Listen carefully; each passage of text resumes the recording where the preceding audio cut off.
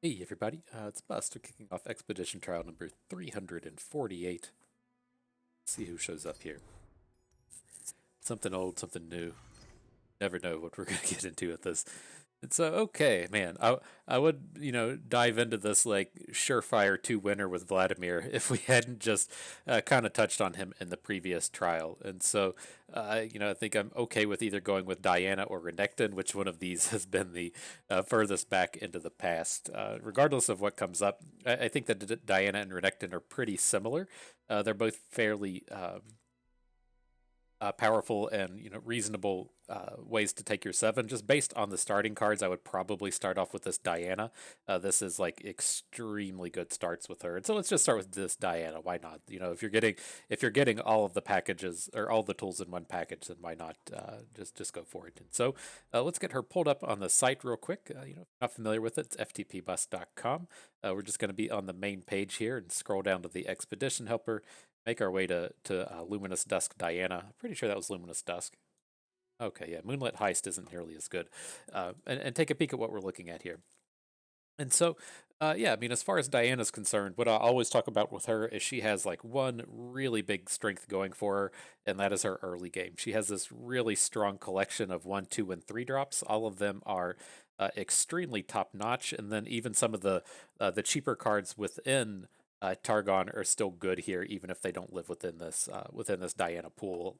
Mainly the things like the Leona Daybreak units, the Solari Foot Soldier and the Solari Soldier. But nonetheless, here in this Diana pool, of course, the big thing we like to touch on has these really high-powered one-drops. There's the Duskbringer and the Spacey Sketcher. Looks like the Gift Giver doesn't live here, the one that generates gems, but that's okay. You can come across them. In the 2-drop spot, you have Diana herself. The Sky Shadows is extremely powerful. Mountain Goat, extremely powerful. And then a big collection of 3 drops, kind of the highlights being Crescent Guardian, and Lunari Priestess. And so, that's really good. That's a really big start that you can get going with her, but she just doesn't really do anything else. As far as top end goes, the Cloven Way is extremely good. That's the only thing that lives here. But, like your Eclipse Dragons aren't here. There aren't any invokes outside of the Lunari Priestess. And so you kind of have to do some work to get some top end. There's no removal here. You won't find the Unspeakable Horror within Targon. You have to go to Shadow Isles to find that. Targon's removal spells are basically limited to Sunburst, which doesn't live here, and then it only has like the one interactive ability with Pale Cascade. So if you're looking for kind of like middling removal or stuns or frostbites, whatever, anything to just kind of interact with your opponent's stuff, doesn't live here. So you're really counting on this like quick attack challenge from Diana to carry you pretty hard, and then you're also counting on just the quality of your early game units being able to overwhelm your opponent. And so, ideally, with this, we'll probably be taking a Shadow Isles champion second, since that's where we're going to find the remaining part of the Nightfall cards. But in the event that we don't want to go for that, if we want to say, I don't know, draft Lysandra or jump in on Fishbones, then just pivoting away from Diana is okay. She is still extremely strong on her own. The Cloven Way is extremely strong on its own. And it is kind of an interesting set here when you see the Fizz show up. I don't know if we just have some recency bias with that Fizz trial that I just did with the Von Yip's Genius passive, but you can run Fishbones with Diana. I'm not going to do that. I don't think it's like ideal. Um, it's just the way that this Fishbones things works is you're automatically starting in Bilgewater and Piltover, and then Targon would be our third faction. So we wouldn't have any way to pick up any of the Shadow Isles units. And so if we were wanting to have the sub theme of Nightfall things with Diana, we wouldn't be able to pick up like the Fearsome Dogs or some of the cards that play well with this, like Hapless Aristocrat, since we're already in our third faction. And so it's reasonable enough to dive in with this Kalista. She's extremely strong. The Spirit Leeches work out okay here, since we tend to have an overabundance of dudes like Lunari and Duskbringer that, once it gets to like turn 4, turn 5, we don't really care to just sacrifice it off. And so there's typically something to throw away to a Spirit Leech. And then the Vengeance, of course, extremely strong. Kalista typically pretty happy to be in these aggressively centered decks. And so let's take a moment and pull Kalista up as well. She doesn't play like too on theme with what we're doing here, but the big thing we'll be looking for, at least as far as Kalista is concerned, is I wanted to see if any of these Nightfall units just randomly lived in this pool. You'll occasionally pull up like a Maokai pool and find Doom Beasts in it and Unspeakable Horrors in it. It doesn't look like it. There's no actual cards in here. And so the other thing I guess we should take a moment and say is we can just pivot over to being a Kalista deck. We don't have to draft Nightfall just because we took Diana in our first pick. Kalista is more than capable of winning on her own, and she has a lot of extremely strong decks here. And so just to kind of like touch on them quickly, there's always the Blighted Caretaker deck where we try to get Kalista with Blighted Caretakers. And then that gives us a meaningful way to get her flipped quickly. There's, of course, the Mistwraith deck, which we're just going to try and come in and stack Mistwraith. There's the Slayer style decks that Kalista likes, where we're stacking Cursed Keepers and Hapless Aristocrats, and then ways to sacrifice them off. And so then there's also kind of like some fearsome decks that you can get going here as well. And so we have this large collection of decks that we can actually jump into. I don't want to sit around and talk about these too much, but the big things here being that if we want to draft towards Diana, there's no there's no targets here for Nightfall, and then if we want to draft towards Kalista, you're probably just going to try to be as Shadow Isle Z as you can. But that might actually turn out kind of okay, since if we start seeing Luminous Dusk packs from the Shadow Isle side, then they should have like the Fearsome Dogs in it. Maybe we'll get some good combos that way. So let's see who shows up here. Just a bunch of garbage is what shows up here. These cards are not good. So I think we can immediately discount this pack down here with the Pesky Spectre Scribe of Sorrows. And then so we're stuck between these other ones. Gifts from Beyond is fine. I think this is the strongest card out of the 4 that were offered here. Just either being like a bad removal spell or something to a bad unit or a bad overwhelm. Whatever you need, the versatility is pretty big. Then Moonlit Afflictions are fine. I'm typically okay with 1. It's just not something I like to go out of my way to find. I'd prefer this to be like, well, we're getting a Lunari Duskbringer and it's paired with Moonlit Affliction. Fine. I don't really want this affliction unless it's coming with a pretty decent pairing. Then with these, the Afterlife pack with the Prankster Warden Spray. The Warden Spray is pretty weak. This is like one of the weakest sacrifice cards there is. And then the Phantom Prankster is pretty terrible. So I'm going to go with this Luminous Dust pack. And then I was like, I fully expect this next pack to just have a have a couple Mistwraiths in it. But no, this is a pretty easy take with Bark Beast Caretaker. Just these early game decks really love having the Blighted Caretakers, and then the rest of these cards are pretty weak. Nothing in here really plays to our Nightfall theme. Okay. Okay, well, I think we're going to be in on the Nightfalls now that we've picked up the Veiled Temple. I think this will be okay. These Bark Beasts are getting a little bit awkward because we don't have a real supporting cast with them, but I think we could probably make that work out. Otherwise, these cards are not that strong. Wish is just garbage. Vile Feast is fine, but we'd rather these be Unspeakable Horrors. Mask Mother, we're not going to have combos with, and so pretty easy Veiled Temple. Okay. All right, so how do we continue this here? This is our last chance to branch out.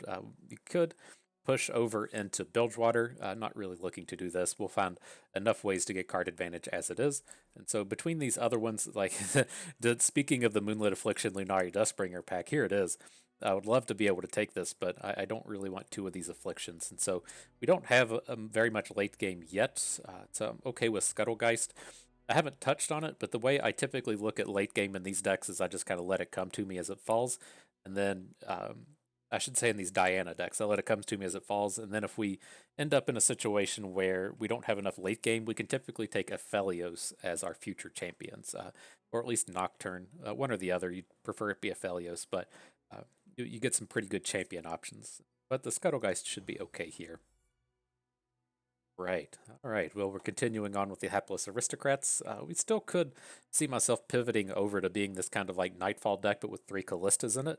And so I'll kind of keep that in the back of our mind as we pick up more of these Hapless Aristocrats. I just don't want any Risen Mists. I'm very happy to just have 1 Vengeance in this style of deck, and so I want to move over and take the Aristocrat here. Okay.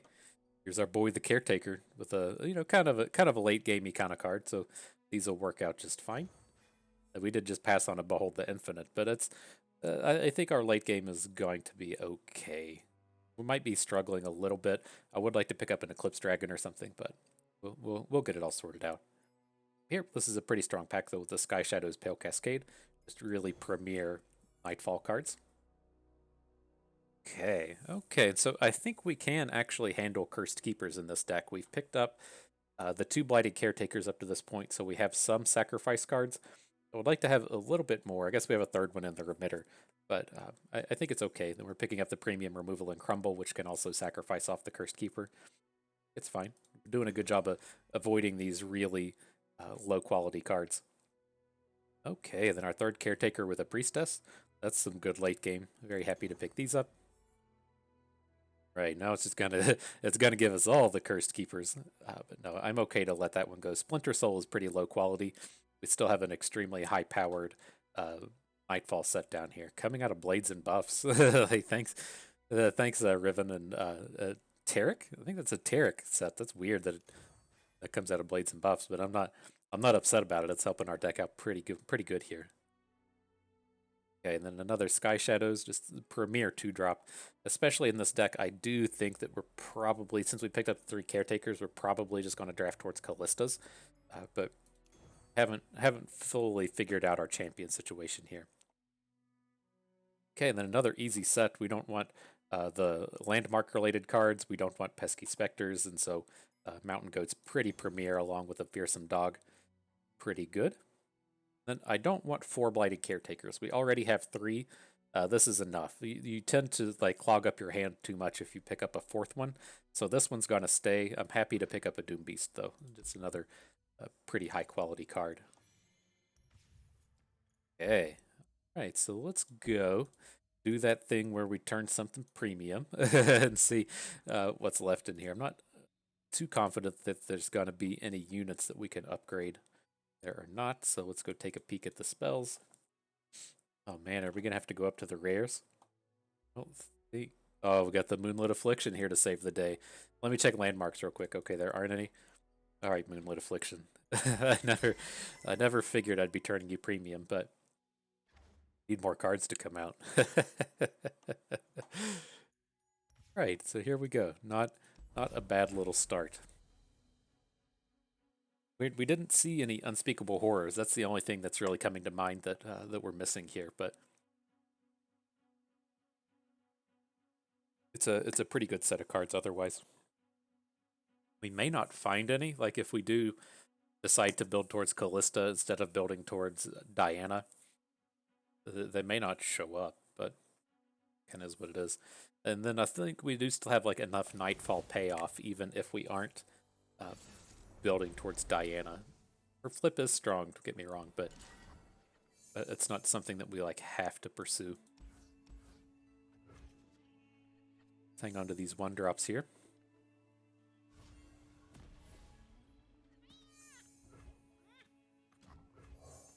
Pretty strong start. Darius Shyvana. That's a weird set of champions. Not any real synergies between the two. I saw the what is this? The Demacia plus Noxus, and thought he was going to be playing a Relentless style deck that we love so much, but not the case here.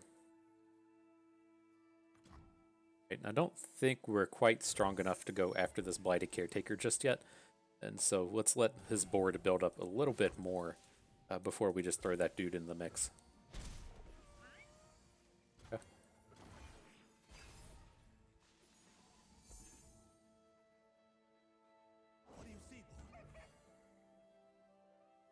Any of these like worth a crumble? Kind of want a crumble here.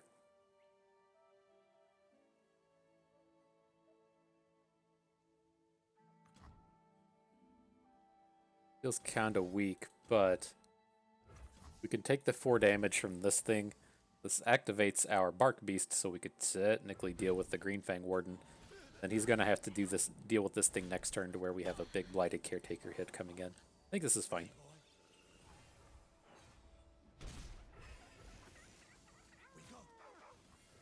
Moderately unfortunate to take a chunk of damage against Darius, but this is looking pretty strong.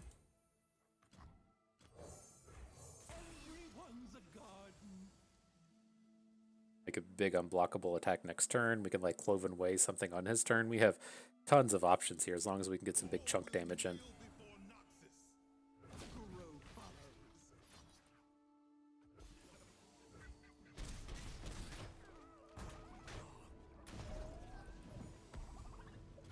Okay.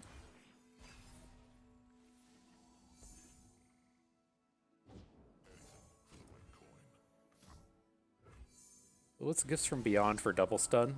Where are you at? Or I guess if we're going to try and use 8 mana, we're about to lose 1 though. If we take the 3 damage, we can try and shoot down the general. That's fine.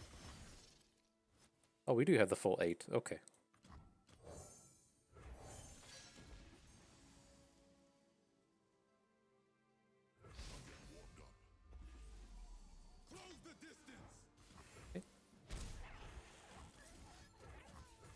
Planned it that way.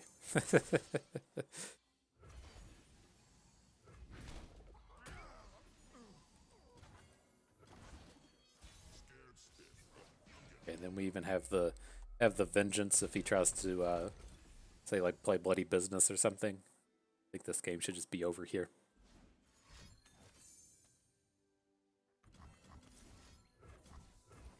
Thank you. There it is. Taking down the old hacksaw.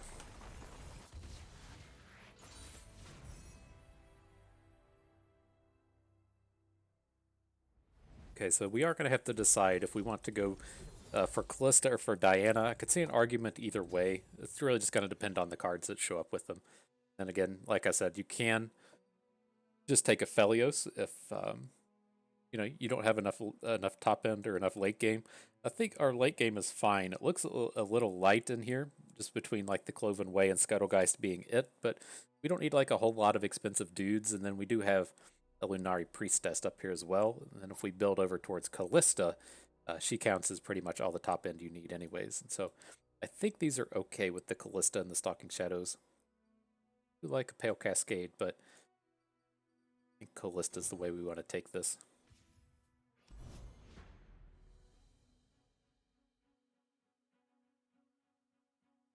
It's not like a whole, like Kalista is good payoff for having Nightfall, but it's not like, you know, if we get a flipped Diana on the board and we're doing all these Nightfalls and stuff, it's not like, arguably not as more powerful than than a flipped Kalista, but the way I'm trying to get at is like adding a bunch of Dianas to our deck doesn't give us some kind of like big insurmountable advantage. So I think this is fine. I'm on board with this this Kalista plan that we've put together.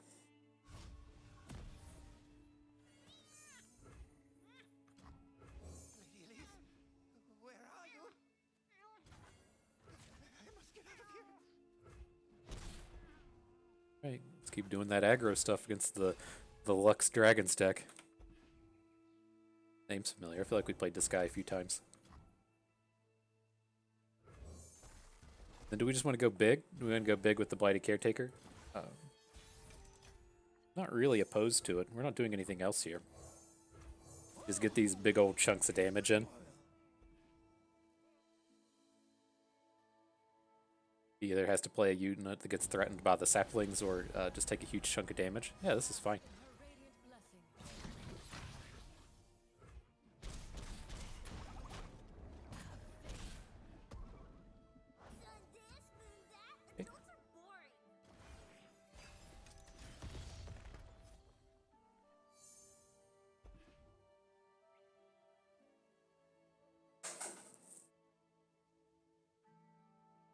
Cats are doing something dumb.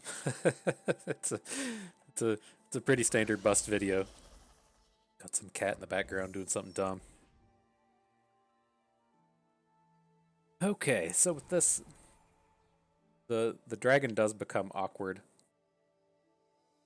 If we want to make like a Nightfall play next turn, we probably need our Stalking Shadows, but I think I just want to be efficient with the mana here. Cloven Way is a pretty juicy target if we could get him Nightfallen. Caretakers are kind of meh here. Probably just need to take our big boy.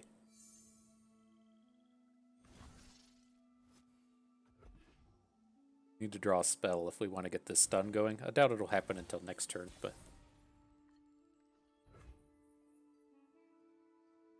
do like a crumble here. Would we rather crumble than vengeance? It should be tough for him to get out of this. If he wants to get out of this, he needs to play either like a single combat or a concerted strike. There's not a whole lot of spells that can come out of these decks. If he's playing like Shyvana, I would feel a lot less comfortable about this because she has so many barriers, or it's not barriers, she has so many single combat-y kind of cards. Feels much safer against Lux.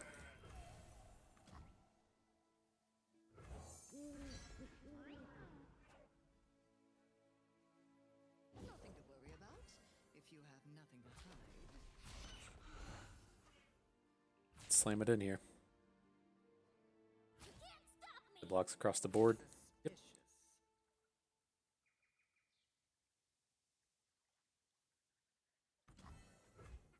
Alright, now the only awkward thing here is we don't have a unit to Nightfall at our Cloven Ways. I feel pretty good about this if we could, you know, he plays a Lux and we hit her with the Cloven Way.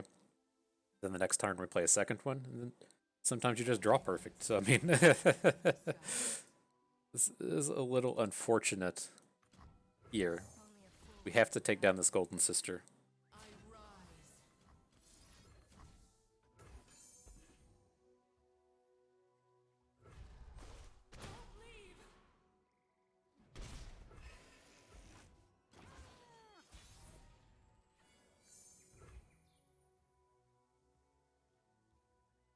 We really need to get this board to where we're playing the Cloven Ways on his turn and then a second one on our turn. So let's just come in with Kalista. And I think we can realistically get like Kalista, Doom Beast down and just attack with everything.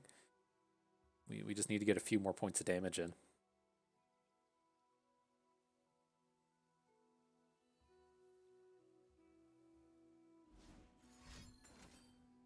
Okay.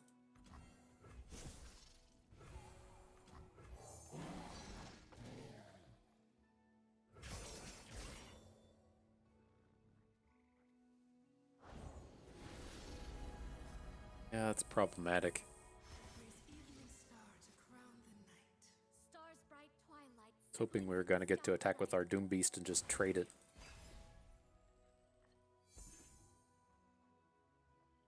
Beyond is interesting.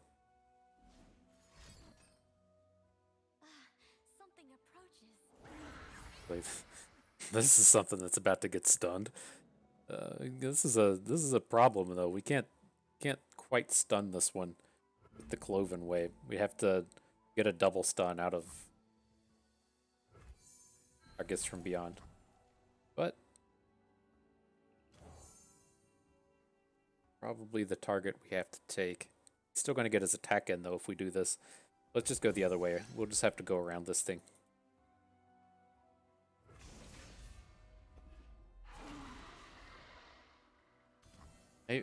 Maybe that was bad. We can still like recover and double stun this thing if we want. That's probably what we're gonna have to do. Because we're not gonna be lethal with this attack. Say like he just plays absolutely nothing and we stun his Dauntless, stun his Moondreamer. He has 2 blockers. He blocks our 2 bigs.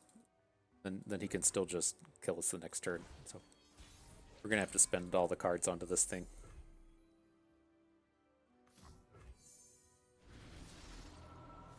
You had double stun.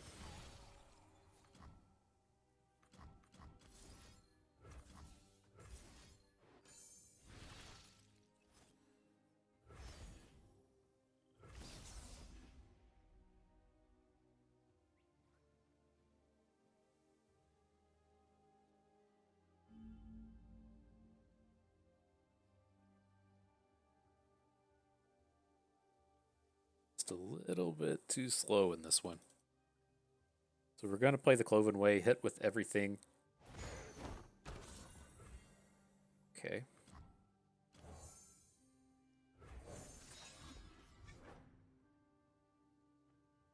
Puts this in front of Kalista. He blocks the Cloven Way with this. He takes 2 from an additional Cloven Way. We're only looking at 2, 5, 6, 7, 8.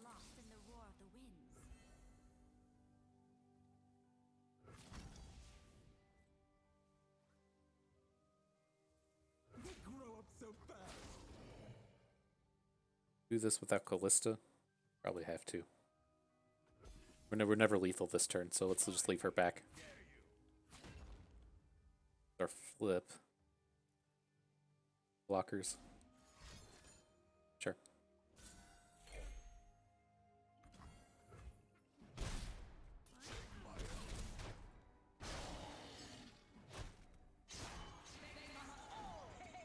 Okay, and then, at least in this scenario as well, Kalista is bringing back Cloven Ways. We'll be getting a 5-attack Overwhelm out of this. Both his units are going to be coming online on our next attack, though. We don't have any top end left. I think we kind of really need to hit a Moonlit Affliction or something here. Ugh. Gross. Alright. I think this one is over.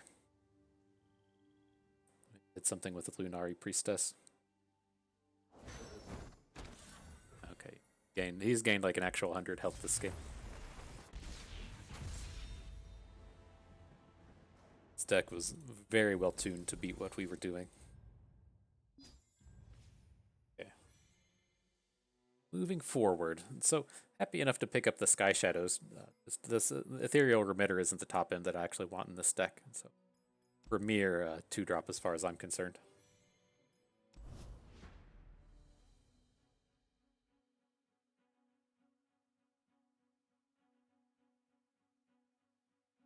Do a little bit of recovering here. Everything will be fine.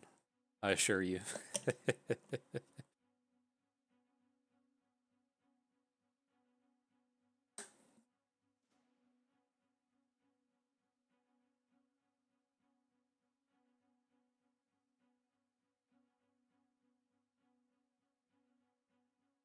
Where are my Eclipse Dragons? That's always the big question, though, right?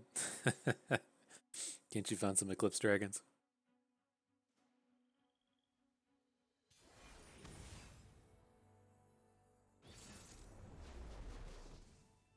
Okay. Some kind of landmark thing that happens to have Yasuo's in it. Quite sure what we're getting ourselves into here, but I assume it'll be landmarks.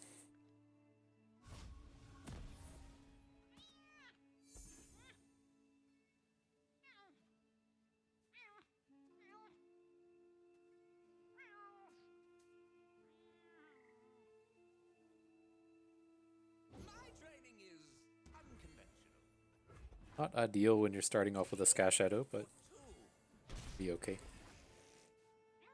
It at least replaces itself mana-wise.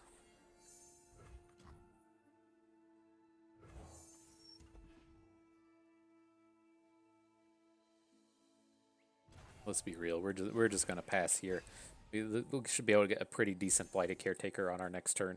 Oh, Kalista says that is what you're gonna be doing.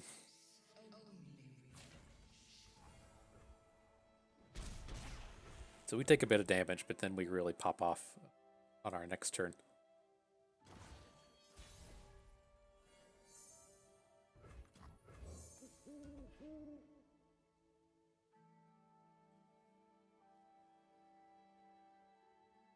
Coming, bro. Coming for your units. Okay. Could not be less concerned about random landmarks.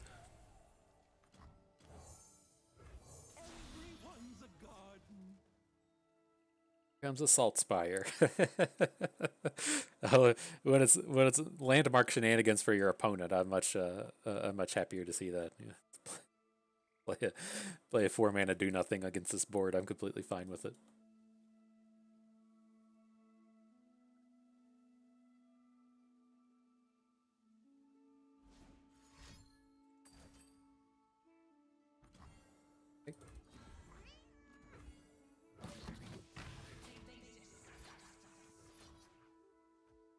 Can't get full usage out of the Pale Cascade, but he didn't do too much to add to his board.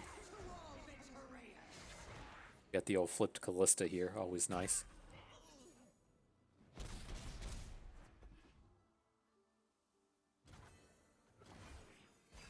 Don't really have any super good units to bring back with us at this point. It's the only real downside here. get a blocker in front of this, so even just bringing back a 3 attack units is extremely good with Kalista. You bring back the Sky Shadows and generate some mana off of your attack. Okay. You could hit this with a Moonlit Affliction, but that seems a little greedy.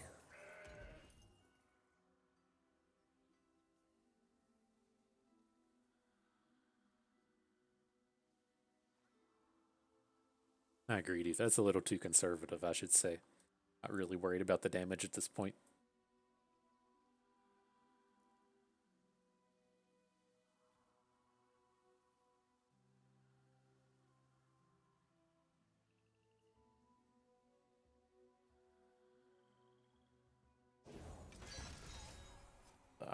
The stun's the strongest, right?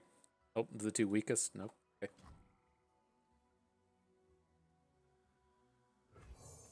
Let's get a Sky Shadows down. There's no way he's stopping us from attacking with Kalista. Get Scuttlegeist down as well. I don't think this is ever a turn where we need to play a Moonlit Affliction. So I think that's fine. This is pretty strong, but deal.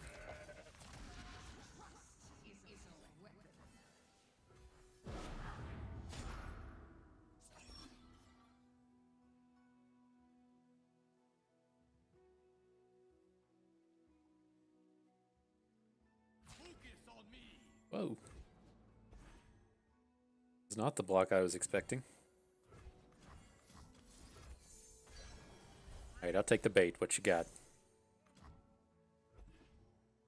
Oh, this isn't... Oh, we were already full on mana. That's why it didn't give us any extra mana. Makes sense.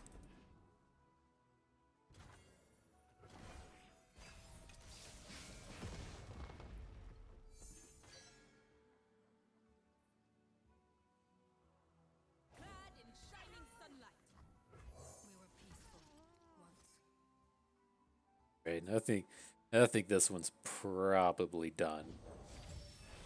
We'll see. Could be something we aren't expecting.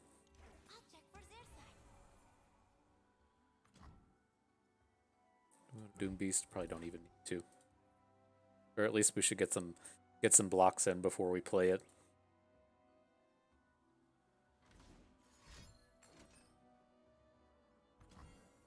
Okay.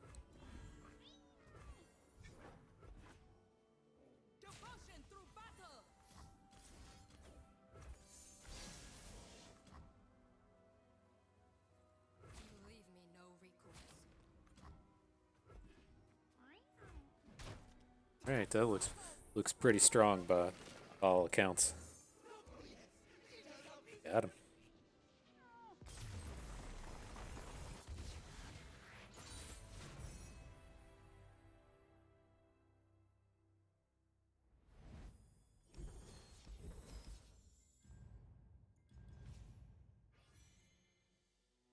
Here. Shadestalkers are kind of meh. Not opposed to picking them up, but I think these Cursed Keepers actually have, the possibility to do some real work in this deck. We have enough sacrifice outlets to try and get this thing flipped. And here, I would rather have the Aristocrat than the Onlooker. We have the 3 Blighted Caretakers. I go on and on and on about this when we play the Slayers deck and wanting the Hapless Aristocrats for our early game, just as the way to have a almost guaranteed sacrificable unit as far as our Caretaker is concerned, so we don't get stuck with just like Caretakers and Spirit Leeches in our hand and nothing to sacrifice. So happy to keep that. Glimpse Beyond I think we could trade, but we already have one, Stalking Shadows and then one Spirit Leech. I feel like that's enough card draw, and I'd rather have the utility out of Gifts Beyond, and so we're going to skip over that one.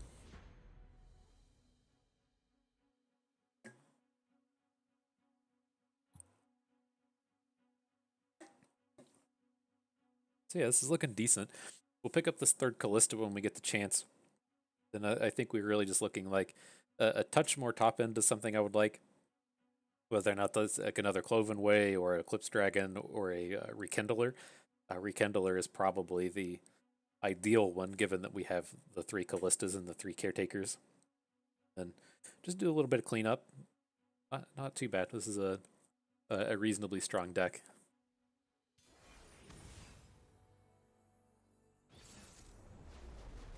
Okay, the old blade dance returns. So that seems like a decent start. We do get to do this thing to where we play Kalista on turn 4 and get her flipped in on the attack. Don't have a lot of value out of the Sky Shadows, but okay. It's only understated by a point if it doesn't give you the mana. Totes my goats. And then I think this is another one of these games that since we have the Caretaker in our hand, we can take a bit of this early game chunk damage from his aggressive plays and then try and take them down next turn with our Blighted Caretaker.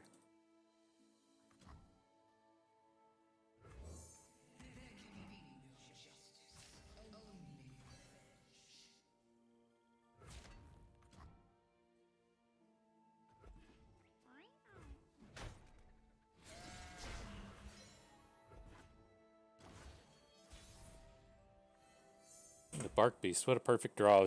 I was just thinking to myself, like, how sweet would it be if we had a 1-drop? Perfect.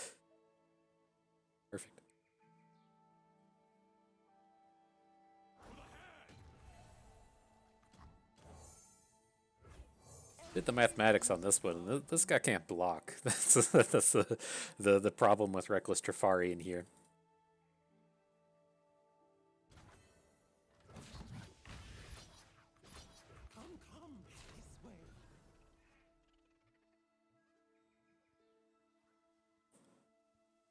The only tricks coming out of him should be positive attack if he wants to like weapon hilt or something on here. Nothing that'll protect his units from combat. Have like a recall, I guess. I guess recall is a reasonable thought against a deck with Irelia in it. That the deck is full of recalls. It's not really a winning proposition given this board state.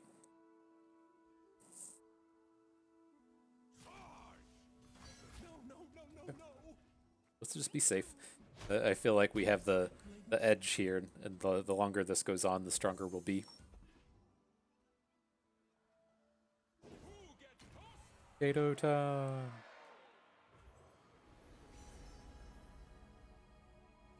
Got our Kalista. I don't think we really want Written in the Stars. What are we gonna do next turn? Does Kato go in front of? Like the warrior. Suspect that we're just gonna open here, if we're gonna be real about it. Maybe we should have taken the Written in the Stars, so if he has a removal spell for Kalista here, then we could do that.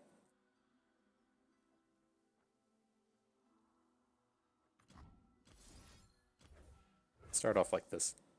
Now that we've drawn Diana, we can get a pretty good hook with the gem in our hand. Or we could just play a Doom Beast if we want, but whatever this is fine.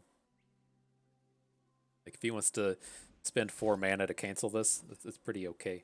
Recall, sure.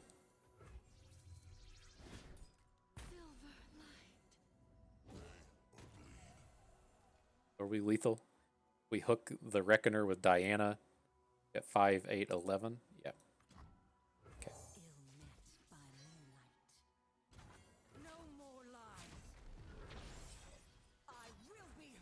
Like a -3.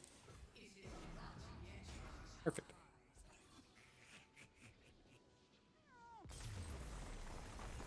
So yeah, the more I thought about it, maybe we should have taken that Written in the Stars. So if he does kill off our Kalista, we could probably just play another one. That seems better than taking the warrior. The more I think on it, can't just assume your Kalista's never going to die. And okay, these Kalista cards not great, but I want my 3rd copy. Her flip is just so good. We have the 3 caretakers. Just too good to be passing up. Rolling right along.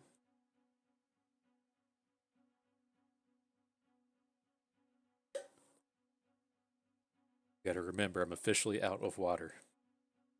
I can complain about that after the next 3 or 4 games as I forget to go get more every time.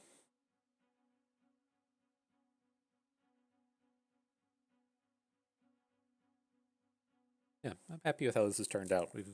I guess that's what happens when you have like the blighted caretakers every time, but we've ran into a lot of spots where those are extremely good. Like the old Slayers. Lots of vulnerables coming out of this deck. So let's hang on to one Kalista, look for some other cheap plays. Sure. Lady Elise, where are you? Got one Jestar. Uh-oh. I must get out of here. That's the way I play the Slayers. I gotta get all the hapless aristocrats. Would you look at this place? What a shame for you! Okay. I don't think that we should Kalista just yet. Let's get the Sky Shadows down. We'll get the fearsome dog down. Get in a big ol' attack, and then we can start in with Kalista on our next turn. Arda's gonna make a meal of 'em. Okay.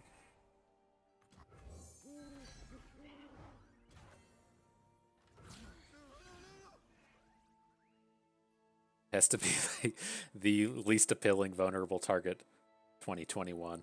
Having to slam it on the aristocrat. I mean, I'm surprised he didn't put it on like the Sky Shadows. Oh wow, he's actually gonna go to battle with our Cursed Keeper.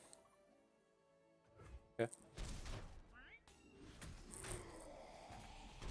I would assume that if he has to like spend another card next turn to take this down, that's still pretty good for us.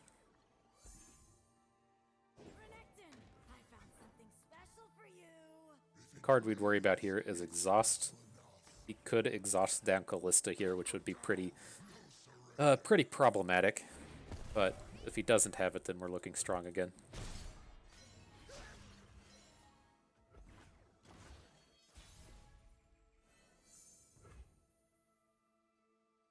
So Renekton with any of this. This only hits followers, right? The 3 damage. Yeah.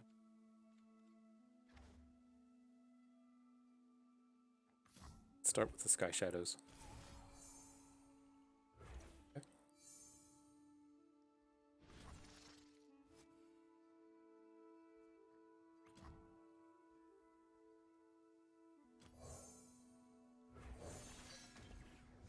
Let's just keep Renekton out of combat. We're going to try to get trades off of this Merciless Hunter. I think this is fine.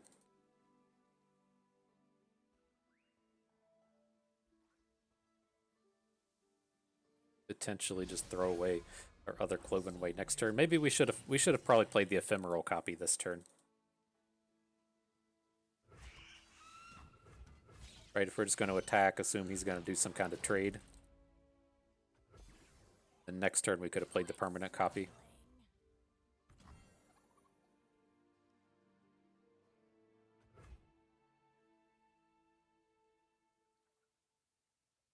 Uh-oh. You disconnected? Come on, game. Come back. Don't leave us. Come on.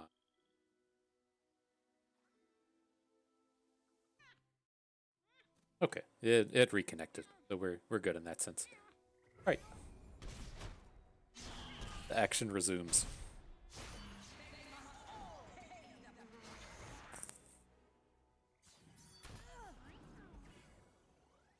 If we, it always comes down to this, like, should we have actually attacked with Kalista?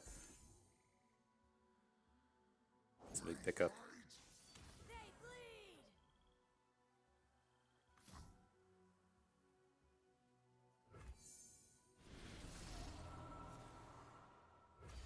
Okay, so let's just go ahead and removal spell. Take you down.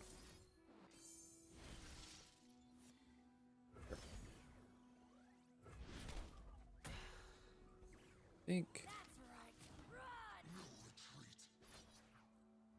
Run. Ooh, he went the greedy way.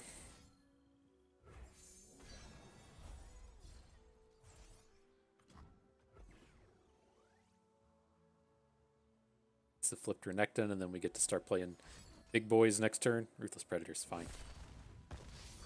Okay.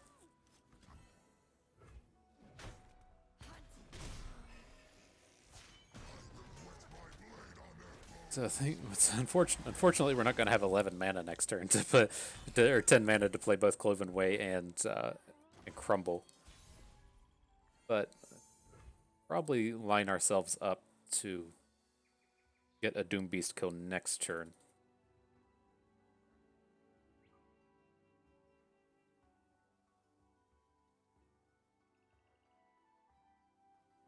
Trying to think of what happens if we say play Diana. I think regardless of what we do, we have to play Diana, even if she's not Nightfallen. And then see if we can't get a Cloven Way kill here.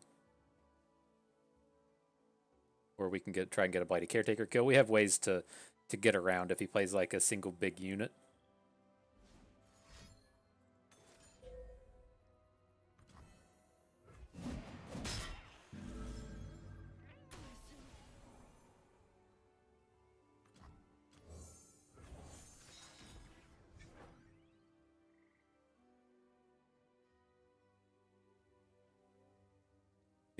Might need something to go right here. I have another unit though, right? Weight of Judgment, sure. So we can still win here. We just got to do it at slow speed, which is kind of scary. Have a 10-10 Renekton.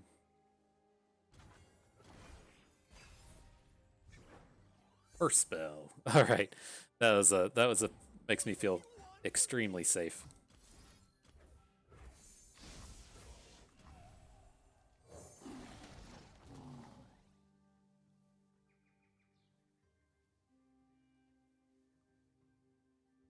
That's going to do it. Nice. We could have had some life steal to get out of that, but good draw. We're allowed to draw good every once in a while, right? It's not just opponents. We get to do it every once in a while. The magic of RNG. Okay, what do we want to do here? I'm cool to trade out Spirit Leech for Sky Shadows. Mountain Goat for Scribe is horrible. And then the Cloven Way is an upgrade over Scuttlegeist. But it's like I'm trying to piece together like how many opportunities we'd have ever had to even play the Spirit Leech.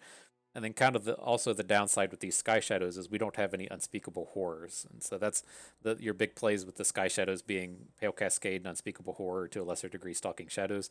We don't have the full package to be like, okay, it's turn 2. You play Rune Weaver, I'll play the Sky Shadows, get my mana, Unspeakable Horror, your Rune Weaver, and then get an attack in. Can't do that. And so I think this is okay though. We've picked up 2 Stalking Shadows, and that kind of makes up for the card draw from the Spirit Leech. I think this is a good upgrade. Cool.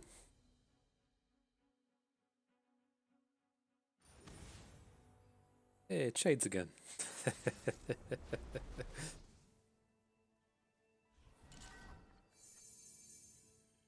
With this, I think we should hang on to the one Nightfall against what appears to be the Landmarks deck. Or Shades. I think we've played twice and I won both. Makes him sad on the inside.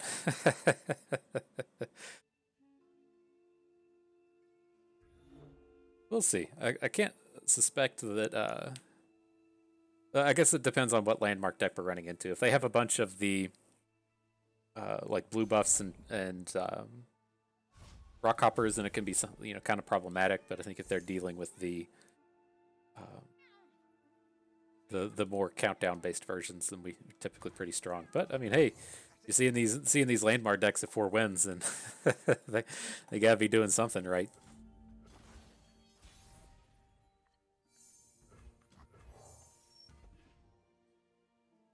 Comes the rock hopper.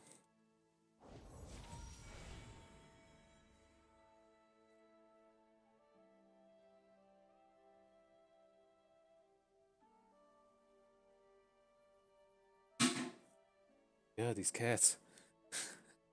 Get to. It's been hanging out on the kitchen counter. You got to cut that shit out. It's fucking around with the toilet now. Ugh. Life is hard. All right, moving on.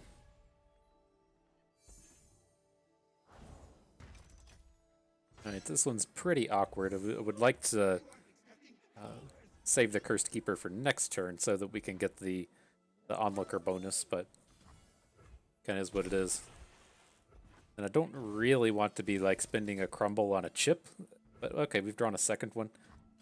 All right, if this fails, this is just like if you play your NASA strike and it fails, you're in a real problem. If this fails, we're gonna have kind of a problem here. This is a pretty big mana investment onto this board, but okay.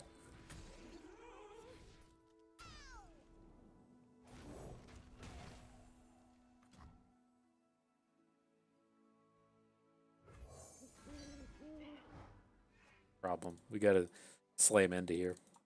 We're pretty far behind at this point.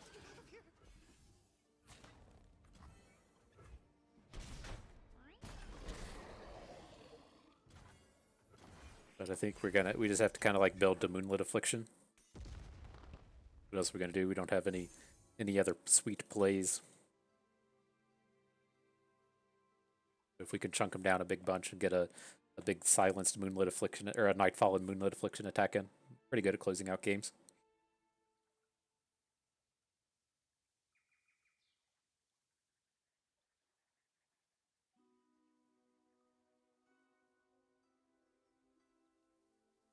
Last Afterlife buys me a new sail. That's awkward.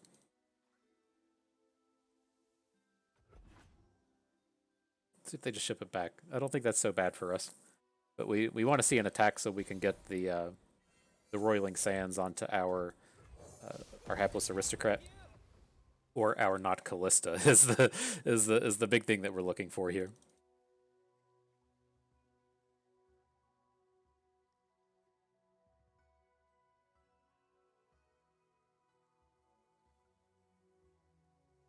Kind of wish he was at 7. If we could make this play where we just like play Kalista and then crumble a Malphite once he's tapped out for Malphite, that seems pretty good for us. But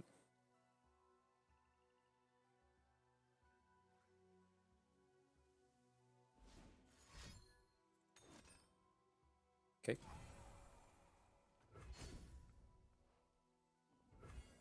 So do we just have to go ahead and attack at this point? I don't really like it. She's not like super safe, but we got to get something going here. We can't just be like, well, if they have Ground Slam for our Kalista, you know, we're just never going to get that going. And so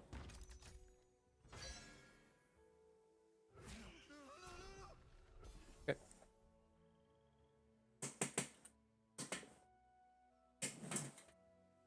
Feels like she's going to get hit with a Ground Slam, but we have to have something go right here.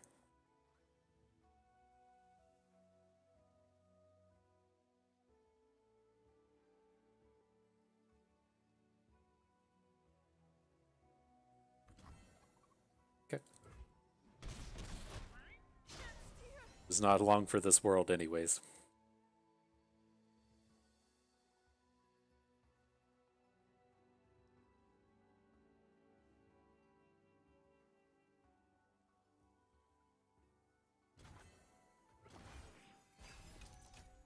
Save the gifts. It's a pretty low value unit.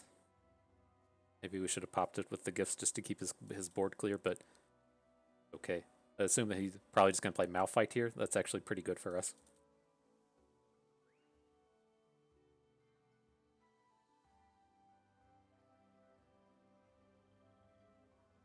We kill our own units with this. Deal 3 to a follower. Okay, so if push comes to shove and we need to moon weapon off a Hapless Aristocrat to flip our Kalista, we can do that as well. Oh, thank you. I wonder if this is a mistake, if we should have let this Malphite attack so that we could just try and get a block that way. He's probably never attacking with that Malphite though, right? It just doesn't do anything on our board.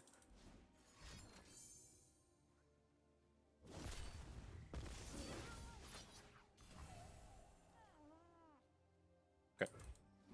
Can't do anything about that. Lady Elise, where are you?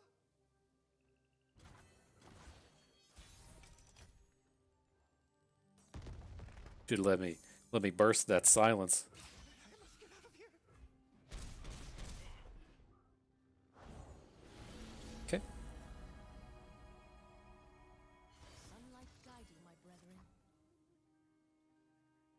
there a reason to go ahead and play this? Yeah, we have a backup Nightfall if we need it. Dreamers are fine. So how close are we to lethal? We've got 3, 4, 5, 6, 7. We need 1. I assume that if we're gonna like have to double stun and we're gonna have to Moonlit Affliction to try and get through this. Or Cloven Way would be a pretty top tier drop.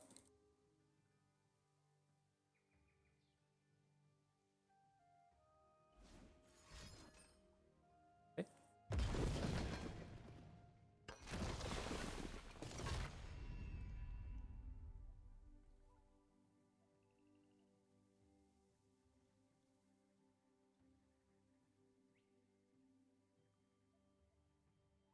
If it's made of sand, Sure. I can ride it.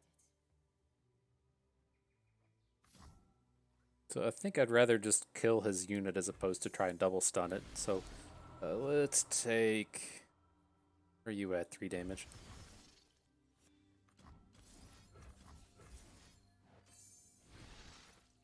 Sure.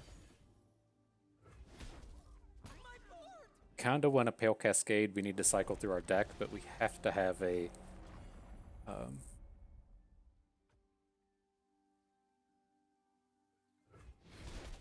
we have to have a spell to play next turn. We can't get the burst win now anyways, but...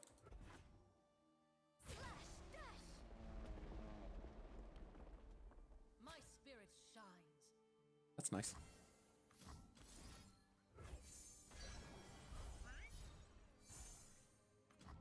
Please, I have connections!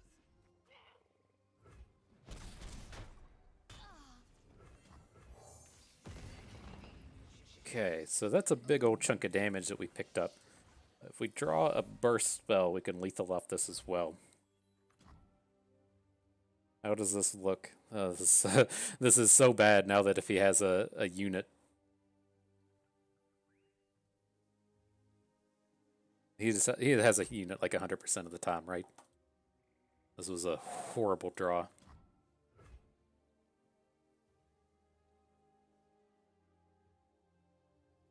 I think we just have to give up on this turn.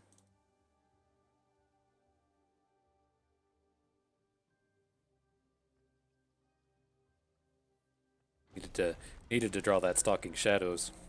Oh boy. Okay.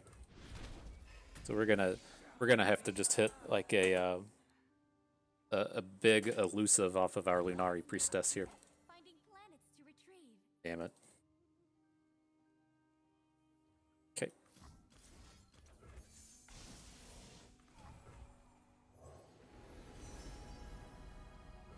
All right, Living Legends, you're gonna have to do something.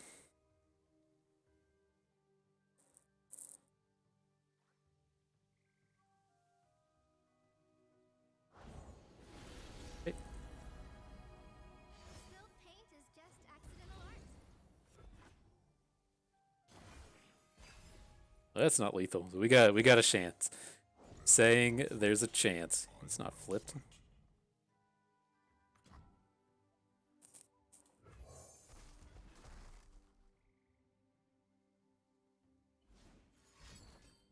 Okay. It's a 2-coster to get that unstoppable force. Ugh. Gross. Okay. That's gonna do it. A little unfortunate. Our cards coming through there at the end were quite what we needed to close it out. I was glad that we were in it. Like, that was a pretty not awesome start. But I'm glad that we were in it till the end there. Nonetheless, well played, Shades. So we'll move on to the next one here. I don't want to make any of these trades. Well, I'm not like really excited about the Veiled Temple in this deck. We're not going to have the time to use this. So I think we can get rid of that for another 1. Keeping Vengeance, keeping the Cursed Keeper. Okay. Yeah, we as bad as that went, we still had outs to win, and so that was the real perk there. If we'd drawn like any burst spell, or any unit that had like 3 attack, or if we drew a Cloven Way, we could have won that game. But is what it is. We could have also saved the. That was probably what I think was our mistake. Was we didn't save that Pale Cascade for our our turn with the Nightfall spell. We should have. I can't remember if we could have. We couldn't have blocked his 1/2 and killed it though. Was our problem, and it would have still been able to block the next turn. It's kind of why we had to Pale Cascade. Okay. What up, Legion Rearguard? The old Meemaw 47's after my heart. He knows what life's all about. Life is all about playing Legion Rearguards. So I feel you, my man. So how is this going to sequence out? Turn 4, we're definitely playing Caretaker Aristocrat. On turn 3, I guess we don't have to say that. On turn 3, we could actually just play, say, like Sky Shadow's Aristocrat. So let's play the Goat. This is probably going to be our only opportunity to get a attack with no block.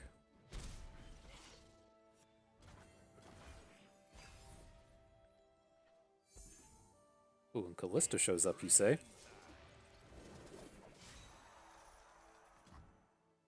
We have to do Kalista this turn. We'll take this hit, fall to 11, and then next turn we can make a gem attack onto Draven. Okay, this seems fine.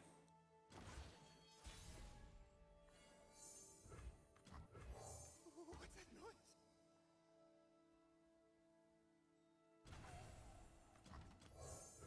Everyone's a garden.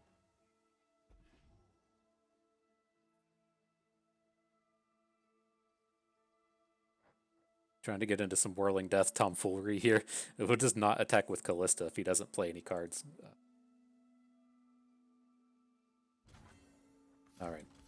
So he can probably get his Draven out of this, but I'm not going to let him Whirling Death down Kalista. Oh no, man, I meant to hook the rear guard. Shit. Okay. Whoops. I got so excited to talk about this Draven attack and not attacking with Kalista that I forgot our other hook. Okay. Get excited? Sure. Oh, this board would be so much nicer if we took down his unit. We're still looking reasonably strong, but dang.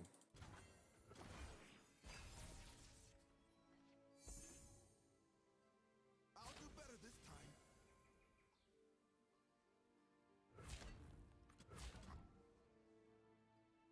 Playing Darius? No, but we probably have to limit some amount of the damage we're taking. This is a little unfortunate.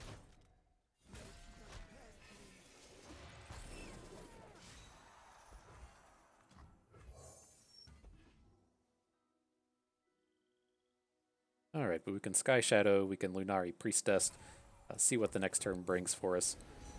Gonna be looking to get a hook off of Diana, and we probably just want to pick up a bit of value here. We're about to run out of cards and things to do. Interesting no play.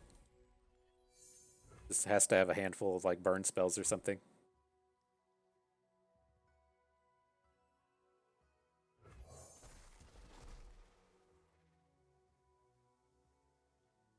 See, I wouldn't be surprised if like an armored elephant came down. Hopefully we can deal with him next turn with like the Cloven Way. If he's just gonna like not play any cards, that's the strange thing. Or if he's gonna have like a handful of calling strikes and such again, that's fine. They never stop.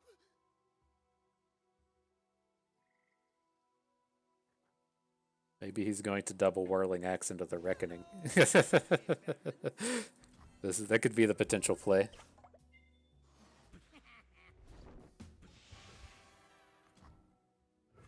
Chosen of the moon, we open our hearts to her gentle light. Okay. We could play 2, but he's already played 1 Calling Strike and it's a rare, and so I think we're fine to just let that be. If he has another Calling Strike, then you got us, but this is pretty good. Ultimate might just have some kind of really weird and awkward hand. I can't imagine though when like your play is Shady Character what the remainder of your hand looks like. He's gonna have like a Savage Reckoner for next turn or something. Now we're cooking. Just discard a vision. Oh, survival skills. Okay. The Whirling Death. Sure. These don't add to the board, and so I'm reasonably okay with that. Getting a nice bit of chunk damage in.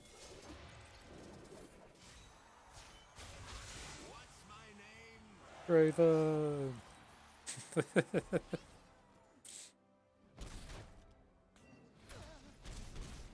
Okay, so we got him to 6 with the Cloven Way in our hand. A little scary as far as the damages are concerned, but we might be okay.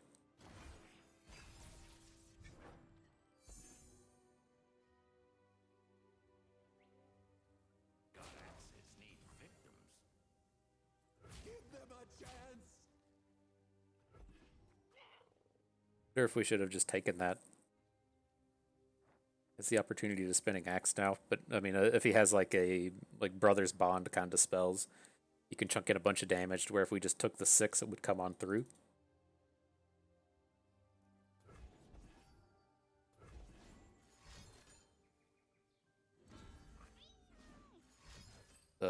We should have just taken it.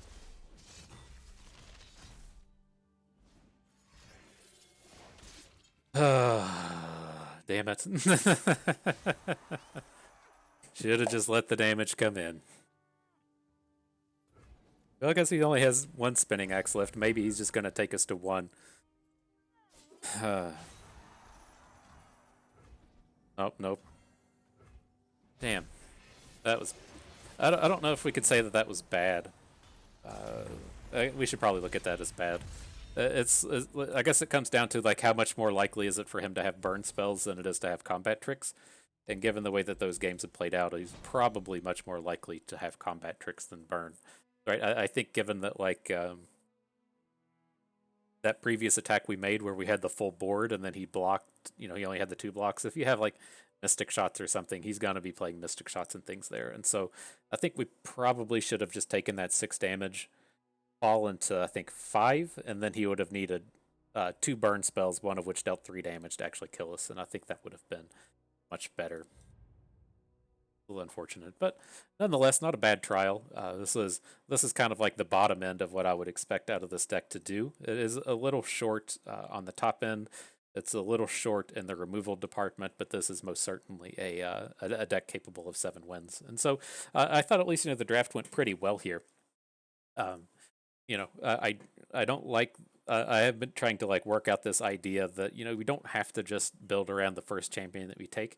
I know like everyone comes from different games, but from those of us that come from a background of playing Magic, you tend to like grasp onto that first pick of the draft tightly, because in Magic it's where you're getting the highest quality card, right? In Magic, you open a pack of 15 cards, you take 1 card out of that pack, and then you pass that 15 to the person next to you, and then you get a different person's cards, which would be 14, where the best card has most likely been removed. And so, comparing the first pick to a second pick in a game like Magic, your second pick is so much lower quality.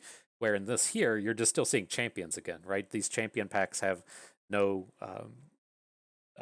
impact on what your first pack was, outside of the fact that you get 1 out of the opposing faction. And so, this Kalista is theoretically never worse than whatever our pack 1 pick was. And so I have been trying to get that out of our heads, and I think this was a pretty good place to just pursue whatever the second champion was, but we were pretty open either way. I wouldn't have been opposed to if you said you wanted to take Diana's and build around Diana, but I think with this deck that we pieced together here in particular, the big piece was the Blighted Caretaker, and we picked up 3 of them. I think if we had 1 Blighted Caretaker, then we would have just been snatching up those Dianas left and right. But since we had the 3 Blighted Caretakers, I do think that the Kalista was the way to go here. And so, it's a little unfortunate we didn't get to take this one further. I think that last game was very winnable. I don't know if we would have had kind of like a guaranteed win, but we would have been able to slam down a Cloven Way, stun off his 2-drop, probably get Draven into combat, and then have if not lethal, a much stronger board presence with his Overwhelm unit off the board. But nonetheless, next time you're looking to draft these kind of things, I think the big thing when you pick up this like Diana and this Kalista, it's you ask yourself the question like, where do these synergize well together? We know that Diana really likes these early game aggressive type units. Kalista really likes a Blighted Caretaker, and if you're wanting to use the Blighted Caretaker on turn 3 or turn 4 or turn 5, you probably need some of these aggressively costed units to just be on the board to sacrifice to your Caretaker. And then it also lets you just kind of take over the board as well. And so the Caretaker is certainly where we are trying to mesh these two decks together, between the Afterlife Kalista and the Luminous Dusk Diana, and I think we did a pretty good job of centering around the Caretaker. I think the problems that this deck have, we just didn't see the answers. So when we talked about Diana, her problems are having late game and having removal spells. The problem, we didn't talk about it with Kalista, but the problems with Kalista is the late game in Shadow Isles is absolutely garbage. There's really, you have like Scuttlegeist, which we took maybe like one of two of, which we actually want zero of. And then like the good top end from Shadow Isles are things like Blighted Caretaker, they're like Neverglade Collector, which we didn't see. And then the likes of, you have to move up to like Commander Ladros and Rasa, which we just really don't want here. And then on the Diana side, we're really looking for the Cloven Ways, we're looking for Eclipse Dragons, we're looking for invokes off of, what are you called? Our 3-drop Lunari Priestess. You're happy enough to have a pile of Crescent Guardians. I don't think we drew Crescent Guardian this entire trial, but as far as the way that these decks close out the games, which is ideally the Crescent Guardian plus Moonlit, or not Moonlit, Crescent Guardian plus the Cloven Way, we weren't quite able to piece together. I don't think we passed on any other Crescent Guardians. I know we passed on a Cloven Way, but it was like attached to an Aphelios or something, and so I maybe it was a trade pick that attached to where we were trading away Scuttlegeist for the Cloven Way, but we didn't really have the opportunities to get any of the top end, and then we didn't have any Unspeakable Horrors either. And Unspeakable Horror is, of course, really great. We talked about it in the sense of the Sky Shadows, where it's really great on turn 2, but then also, when we get into these attacks, like where, say, when we were playing Shades and we took his 3/5 elemental down to 1 health, if we had a Unspeakable Horror to clean that unit up and draw a card, then that's looking like a completely different game where we were getting gassed out. And so that's ultimately, we didn't see any. So what what are you supposed to do in that sense? And so that's I think a pretty decent recap of what's going on here. Again, if you're drafting these things on your own, or drafting anything in general, do try to find the synergies between the two champions that you're going to take. Try to come up with a way to maximize that synergy. The big synergy we had here was Diana's early game with the Blighted Caretaker, and I think we did a pretty good job of taking advantage of that. So that is going to do it for us today. I think there might be a reward or two to click on. Looks like there's some kind of loot, probably from the Lab of Legends. Got to get those icons and the old Malphite card back. But what, we did it, and that is going to do it for us today. So I hope you guys learned how to take care of your Blight a little bit better. Maybe learned a thing or two along the way and had a good time watching. This is Bust, and we thank you for being here.